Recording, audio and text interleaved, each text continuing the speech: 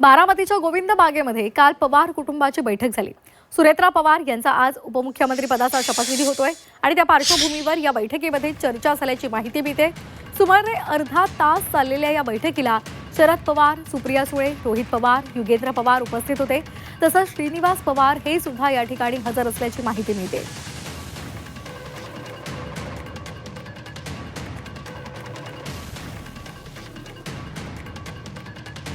दरम्यान राज्यामध्ये घडणाऱ्या या वेगवान हालचाली संदर्भात अंजली दमानिया यांनी ट्विट केले।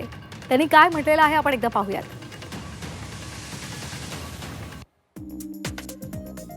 गेली 15 वर्ष मी अजित पवारांविरुद्ध टोकाची लढाई लढली आहे, हे सत्य आहे। पण त्यांच्या अकस्मात जाण्यामुळे मलाही धक्का बसला। घरच्यांनी पुढे वाटचाल करणं गरजेचं असतं हेही मान्य आहे, पण इतक्या लवकर इतकी काय घाई होती? मी जुन्या विचारांची नाहीये, तरीही हे वाचून मनाला फार वेदना झाल्या। सत्ता चालू राहते, पण शोकालाही थोडा वेळ, थोडा मान देणं गरजेचं होतं, असं मनापासून वाटतंय। अंजली दमानिया यांनी एक्स पोस्ट केलेली आहे आणि आपल्या भावना त्यांनी व्यक्त केलेल्या होत्या।